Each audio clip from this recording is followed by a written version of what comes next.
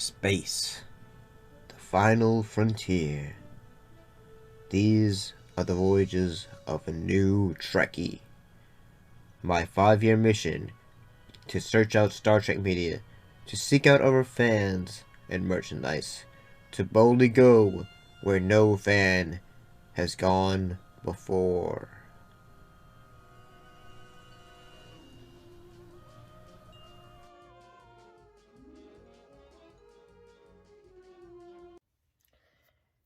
Greetings and salutations, how's everybody doing? So, today's going to be a bit of a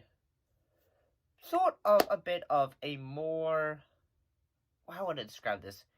It'd be more of a basic video where I'm just talking about today's subject. And today's subject, it is a documentary film, Chaos on the Bridge,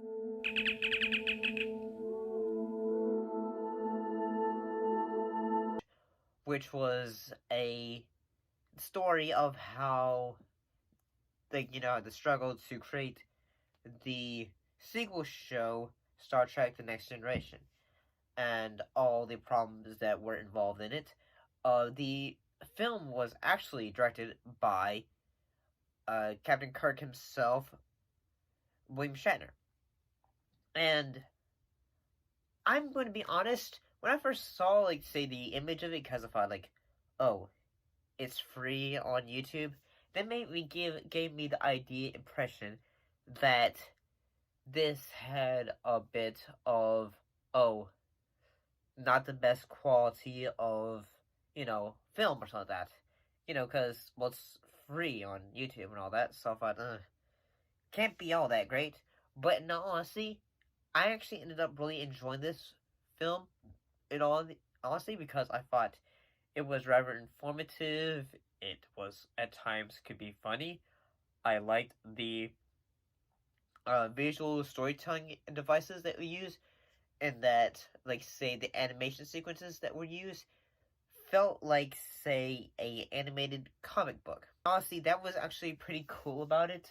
Um, so, in the storytelling points of it, it, say, don't be, probably, it gives, the details, say, okay, whether, say, talk about the development of the next generation, all the problems that went through it, say, okay, we need to get Roddenberry.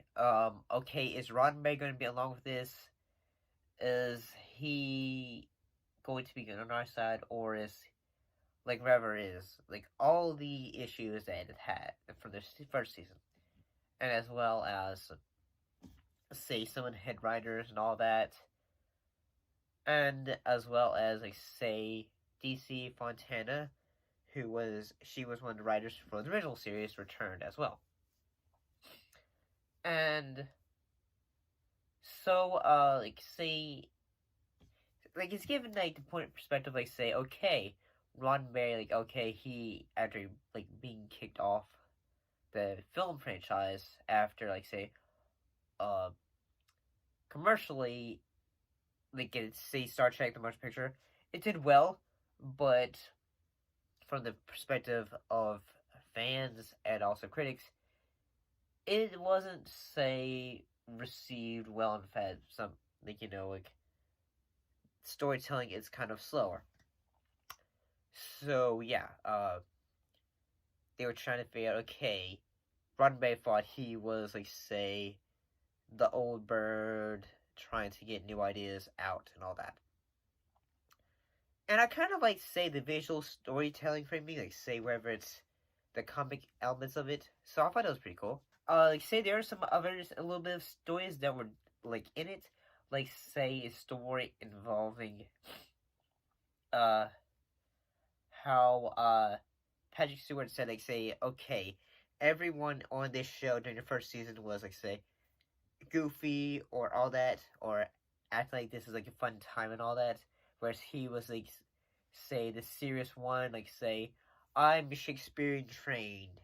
We gotta take this as seriously as possible. And he gives a bit of story about, how,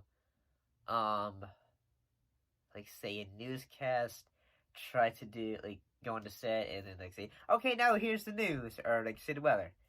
Basically, he basically just says some colorful language, and the head of Paramount just said, okay, I know why you did it, but I'm glad you backed you on that.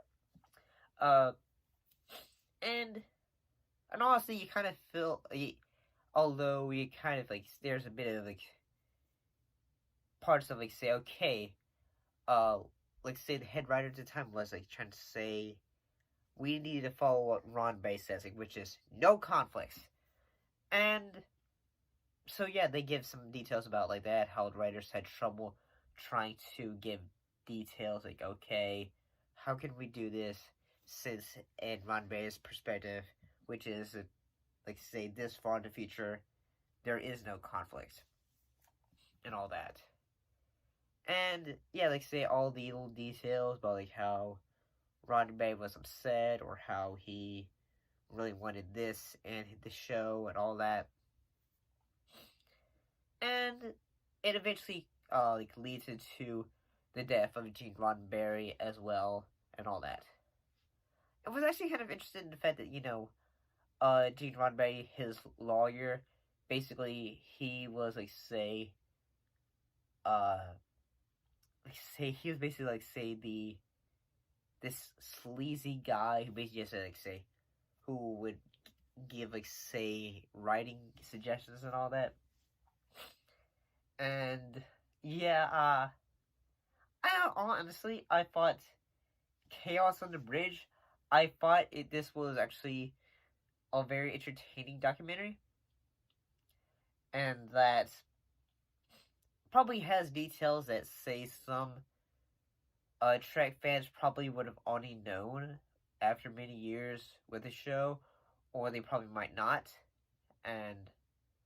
But I still think that this documentary gives it probably perhaps a very good perspective, and that this is how Roddenberry with like his views on all, like not really it's nothing his views, but how he felt or how the other writers felt with Roddenberry always being like say like, okay guys, this is how things are. Like, you guys, we can't have any conflicts. This is so far in the future that we've eliminated that. And yeah. So overall, I actually think this was a very entertaining documentary. Chaos on the Bridge, pretty good, worth your time. I mean, it's almost an hour, so